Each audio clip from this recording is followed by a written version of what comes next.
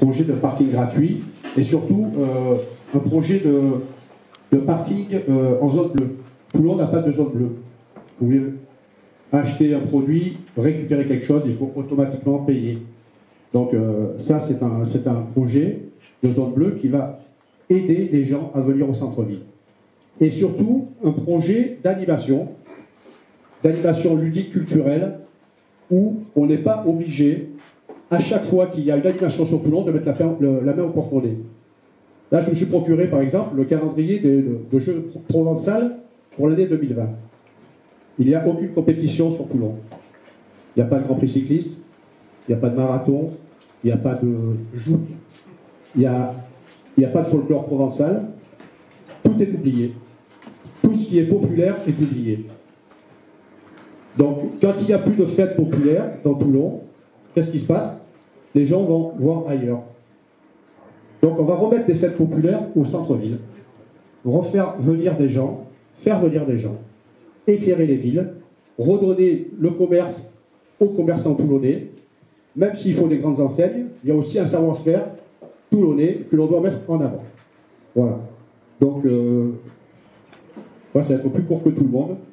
Redonner aux Toulonnais l'envie d'être Toulonnais, en sachant quand même que cette ville, il y a 36% de retraités, et dans cette ville, 21% des gens vivent avec une moins de 942 € par mois. Donc, aidez-les à se déplacer, à venir au centre-ville et à consommer. C'est tout ça. Merci. On va passer la parole à Monsieur Navarane. Merci. Bonsoir, mesdames, messieurs. Je vais rentrer directement dans le vif du sujet. Moi, je suis le candidat du Rassemblement National. Je salue Nicolas Koutsev, qui est un de nos colistiers, qui a été commerçant dans le centre-ville de Toulon et qui a fait partie dans notre équipe bien de celles et ceux qui ont constitué dans notre programme peut-être des mesures plus spécifiques en lien aux entrepreneurs, aux commerçants. Mais beaucoup d'autres de ces mesures, et je vous invite à aller voir sur notre site internet, si vous ne l'avez pas encore reçu chez vous, nos 80 mesures, beaucoup d'autres mesures se retrouvent en dehors du chapitre propre aux commerçants, aux entrepreneurs, à la société civile. Des commerçants, ils cherchent deux choses, que ça soit dans le centre-ville ou ailleurs. Du foncier et du client. On va parler crûment, c'est le business. Comment est-ce qu'on a le foncier? Comment est-ce qu'on emmène les clients? Il y a une zone de chalandise à Toulon qui est importante. Il y a une agglomération, maintenant métropole. Il y a une communauté qui est importante. 500 000 habitants dans ce périmètre. Ce qu'il faut tout d'abord, c'est permettre aux gens, quand on est commerçant au centre-ville, par exemple, permettre aux gens extérieurs au centre-ville d'y venir, d'y consommer, acheter, se restaurer. Pour ça, c'est d'abord la question des mobilités. J'appartiens à une famille politique qui a dirigé cette ville de manière éphémère, 95, 98, pendant 3 ans. Au bout de 3 ans, nous on s'est totalement divisés, on a donné un spectacle qui n'a pas été à la hauteur des attentes. Mon mouvement politique n'a pas été à la hauteur des attentes, on s'est divisé, notre majorité s'est divisée en 3. Mais moi je vais vous dire, alors qu'on se divisait, il y avait des grands projets structurels tout de même qui étaient menés. J'ai entendu parler de la question du tramway, on l'a porté, et pas tout seul, avec d'autres communes de cette communauté d'agglomération, avec la Garde, qui était communiste, avec Olioul, qui était à l'UMP, à l'époque RPR, UDF. C'est-à-dire qu'on est capable, tous ensemble, s'il y a la nécessité structurelle de faire de grandes infrastructures, de s'entendre, malgré les divergences politiques. Le premier point, celui des mobilités, c'est d'avoir un transport. C'est vrai que le tramway, c'est anxiogène, ça veut dire les travaux, ça veut dire le boulevard de Strasbourg, entre 6 mois et 1 an de congestion, parce qu'il faut mettre des rails. Mais c'est ce qu'on a eu l'année dernière. On a refait les réseaux, c'est la majorité municipale qui l'a refait. Ça a été fait, c'est bien, on aurait pu mettre les rails dans le même temps. Et on aurait aujourd'hui un tramway. Alors ça, par exemple, cette question des mobilités, c'est la première. C'est aussi, en matière de parking, permettre pour les restaurateurs d'avoir des gens qui viennent entre midi et 2, consommer en ville sans payer le parking. Moi, je ne suis pas pour le parking gratuit. En revanche, entre midi et 2, je pense qu'il peut y avoir l'attitude. Surtout qu'on ne met pas de PV entre midi et 2. Donc je pense qu'il faut donner ce signal-là. Parking gratuit en extérieur, dans nos rues, entre midi et 2. Il faut renforcer l'offre de parking.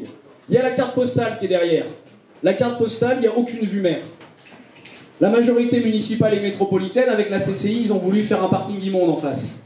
Vous savez, sur le port de commerce, pour couper la vue mer. Moi, je vous propose de faire un parking silo, à la place de l'esplanade de la carte postale où aujourd'hui on se gare, eh ben là il y aura toujours ce niveau et on peut monter de 2 niveaux. Ça gênera personne. Parking silo végétalisé. Ce qu'il faut pour ramener les commerçants, c'est pour ramener les clients chez les commerçants, c'est avoir cette capacité de faire de la publicité. Et moi je propose par exemple qu'il y a un magazine municipal qui loue tout le temps les mérites de la majorité municipale. C'est la moindre des choses. Monsieur l'adjoint au commerce, à votre place, je ferai pareil. Mais enfin je pense qu'il faut peut-être aussi réserver 2 pages pour les commerçants qui s'installent, pour faire la publicité, la promotion, indiquer dans tel quartier, dans telle rue, voilà un commerçant s'est installé. Je crois que pour que les gens viennent, au-delà des mobilités, il faut qu'ils viennent de manière tranquille. Moi, je ne vais pas vous parler beaucoup de sécurité. Ma famille politique, elle porte ces questions-là depuis longtemps. On connaît les maux qui provoquent l'insécurité ici. Moi, j'ai entendu dire que la drogue, on ne pouvait pas lutter contre. Moi, je vais lutter contre la drogue. Moi, je ne veux pas ni la légaliser, ni en faire un commerce. Moi, je crois qu'on peut faire peur aux voyous. Parce qu'à un moment donné, les gens qui ont la peur au ventre, ce sont les honnêtes gens. Moi, ce que je crois, c'est qu'avec un maire volontaire, et notre liste s'appelle la force du renouveau, bah, le mot force, il va s'appliquer à la mairie de Toulon. Et la peur, elle va changer de camp. Et moi, je peux vous dire, quand les petits caïds vont comprendre de quel côté est la force, à ce moment-là, on va voir qui est le patron.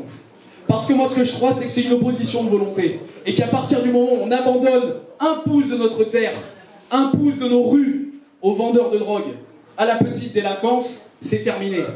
Et ça fait des années qu'on abandonne, et ça fait des années que ça continue à prospérer. Je crois qu'il faut cette volonté politique. Enfin, et j'en termine là-dessus, les commerces, il faut organiser les mutations économiques. On est dans une période où il y a plein de mutations économiques. Il y a eu un projet qui a été porté par la métropole Toulon-Provence-Méditerranée qui s'appelle Avenue 83. Là, ils ont réussi à faire des boutiques, c'était le foncier, et à faire venir les gens. Moi, je crois que ça, c'est dans le centre-ville qu'il faut le faire. Il y a des tas de boutiques qui sont fermées aujourd'hui. On doit être en capacité d'emmener ici les commerçants, ici les clients, et la vie dans le centre-ville, elle reviendra. Voilà, je vous remercie. On verra d'autres questions après si vous le voulez bien. Merci de votre attention. C'est au tour maintenant de Madame Muscotti. Merci. Bonsoir à toutes et à tous. Bon, bah, moi toute seule, je représente la parité. C'est pas évident, mais bon, on peut pas obliger les femmes à faire de la politique, mais ça démontre bien que c'est pas évident quand on est une femme de vouloir s'engager en politique. Je ne pouvais pas faire autrement que de le rajouter ce soir. Notre liste, un vrai cap pour Toulon, c'est un projet qui a été construit à partir d'une exigence, faire de Toulon un modèle national de transition énergétique et écologique. Et à partir de cette exigence, on a pu développer 3 caps. Cap sur la sécurité, sur l'économie, sur l'écologie. 3 caps qui nous ont permis de produire un projet autour de 6 grands projets structurants. Et de ces 6 grands projets structurants, 150 propositions que je ne vous énumérerai pas ce soir, je pense que vous n'êtes pas venus pour ça. Et vous savez où nous trouver sur Internet, sur les réseaux sociaux. La question aujourd'hui sur Toulon, on est tous capables de faire le bilan et le diagnostic parce que nous le vivons au quotidien. Que l'on soit commerçant ou simplement habitant ou même celui qui va traverser Toulon et pas forcément y produire quelque chose. Aujourd'hui, j'ai 32 ans. Je suis née à Toulon, j'ai grandi à Toulon, j'ai fait ma vie à Toulon. Et la question que je me suis posée, c'est on sait tous où on est, mais où allons-nous grandir? Où allons-nous produire? Où allons-nous nous projeter pour les prochaines années, pour la génération qui nous suit? Parce que j'estime que quand on fait de la politique, on n'en fait pas pour soi, on n'en fait pas à l'échelle d'un mandat électoral pour 6 ans, ou alors si on prend les décisions sur un mandat sur 6 ans, c'est grave, on le fait pour la génération qui nous suit. Donc la question qui nous anime plus particulièrement, c'est celle du centre-ville. Et là, il n'y a pas une recette miracle. Il faut avoir conscience que c'est une action globale qu'il faut mettre en place sur le territoire. C'est-à-dire plusieurs leviers qui doivent s'activer. Celui du transport, ça a été évoqué. Il faut que nous franchissions le cap du XXIe siècle. Nous sommes la 14e métropole de France. Ayons les infrastructures à la hauteur de la 14e métropole de France. Et les autres villes qui ont réussi à franchir ce cap, elles ne l'ont pas fait uniquement en se disant il faut désengorger et il faut lutter contre les embouteillages. Non, elles se sont rendues compte que quand on règle la question du transport, on active la question de l'attractivité économique. Et c'est ce qui nous manque. Une fois qu'on active cette attractivité économique, il faut qu'on y passe du bon temps dans cette ville. Et on est capable d'y passer du bon temps. L'exemple même, c'est la fête de la musique. La fête de la musique à Toulon, c'est fantastique. Et on se dit finalement, toutes ces pépites savent faire. Alors, quel est le rôle de la puissance publique? Quel est le rôle de l'élu? Il est d'insuffler, de se servir de ces pépites-là. Et donc, ça veut dire, en d'autres termes, animer, mais une force d'animation à la hauteur. On n'est pas à Pignon, on est à Toulon. Donc on est capable d'accueillir des festivals de haute envergure. On est capable d'avoir une animation du quotidien, pas uniquement ponctuelle. Effectivement, il faut reconnaître ce qui marche. Le festival de jazz, ça marche, et on vous remercie. Mais c'est ponctuel. Il faut aujourd'hui une vraie politique d'animation tout au long de l'année. Pourquoi? Parce qu'on est coincé entre Nice et Marseille. Il y a la métropole ex-Marseille, il y a la métropole de Nice et Toulon au milieu. Quelle est notre identité? Qu'est-ce qui fait qu'aujourd'hui les jeunes vont sortir à Toulon, rester à Toulon, et non pas aller sur Aix, sur Marseille ou sur Nice? Parce que c'est à nous de la construire, notre identité. Il ne suffit pas de chercher bien loin en se disant « mince, Toulon, qu'est-ce que c'est? C'est juste derrière nous. C'est la mer. Notre identité maritime, elle doit être tournée vers elle. On lui tourne le dos depuis des années. Il faut se réouvrir sur cet atout fantastique qui est devant nous. Parce que c'est quand même dingue qu'on peut traverser Toulon sans voir la mer. C'est assez hallucinant. Donc, politique d'animation, politique de transport, politique de réorganisation, réaménagement urbain, ça a été un petit peu dit, et je rejoins mes collègues sur certains aspects. On ne peut pas minéraliser un centre-ville comme ça. Un, c'est pas écolo, parce qu'il fait trop chaud. Donc à un moment donné, il faut se rendre compte qu'il faut faire baisser la température. C'est une urgence climatique. Deux, c'est pas agréable. En plein été, ça ne l'est pas. Et en plein hiver, avons-nous les infrastructures nécessaires pour bosser l'hiver, pour sortir l'hiver? Non. Donc il faut être capable d'avoir cette vision globale, sortir de cette vision saisonnière. Nous sommes une métropole qui a la possibilité de se développer en saison et hors saison, sur plusieurs aspects. Et enfin, le volet sécurité, ça a été un petit peu abordé, mais c'est une réalité dans le sens où, par moment, il y a un sentiment d'insécurité, et par moment, il y a des situations réelles d'insécurité. Nous n'avons pas, après il y a une question de moyens, nous n'avons pas assez de policiers municipaux. Mais au-delà de ça, est-ce que les questions d'insécurité d'aujourd'hui sont les mêmes que celles d'avant? Non. Donc je propose de créer une police métropolitaine. C'est une question d'intelligence. Je vous demande d'être conclure.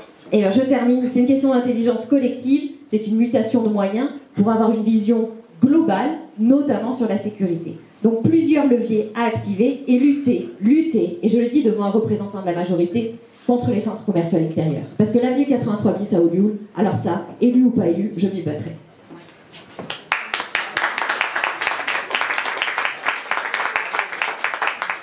Je laisse la parole à monsieur Laurent Jérôme. C'est un peu dur, hein, un peu tout ça, on a l'impression d'être une ville catastrophique. Donc moi je me présente Laurent Jérôme, je suis élu depuis 2001, avec un premier mandat, je me suis occupé du stationnement et des zones piétonnes, et puis le deuxième mandat, le commerce et les emplacements, et le troisième mandat, commerce, emplacement et tout. Ouais. Je pense que vous avez appuyé sur le bras pour la décompter. Oui. Je rigole. Alors on montre le temps là. Alors je recommence, voilà. Donc je me présente Laurent Jérôme. Là, vous m'entendez mieux là? Voilà, élu au niveau de la ville. Depuis 2001, donc le premier mandat, je me suis occupé du stationnement et de la zone piétonne. Le deuxième mandat, oui, ça marche. Le deuxième mandat, c'était le commerce et les emplacements. Et le troisième, c'est rajouter le palais Neptune et le tourisme. Voilà, ce qui va me permettre de faire quelques réflexions par rapport à ce qui a été dit. Ça me paraît complètement faux. Alors, juste pour faire le point, puisque nous, on y est depuis un certain temps, donc on a une vision de la ville. Et en fait, la politique, c'est la continuité de ce qui s'est passé depuis un moment. Voilà. Pour faire un petit rappel quand même, j'ai hésité à venir aujourd'hui à la Réunion, le maire m'a laissé libre parce qu'on se retrouve dans un établissement qui est un des principaux soutiens d'un des têtes de liste. En plus, c'est plus vrai mais c'est l'été, et qui en plus s'est permis de dire qu'il ne fallait pas que ce soit un dentiste qui soit au commerce. Donc voilà un peu pourquoi j'ai hésité.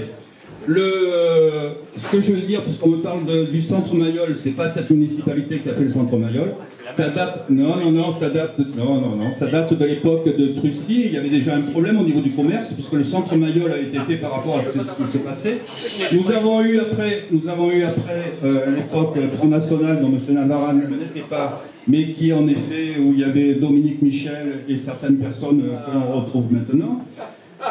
Et le troisième, donc, c'est qu'au niveau de la politique, nous, de la ville, ce qui a été fait, c'est en effet, on doit créer les aménagements au niveau de la municipalité pour que les gens reviennent. Donc c'est quoi? C'est la rénovation urbaine, Il a commencé, il a fallu maîtriser le foncier, il a fallu faire ça.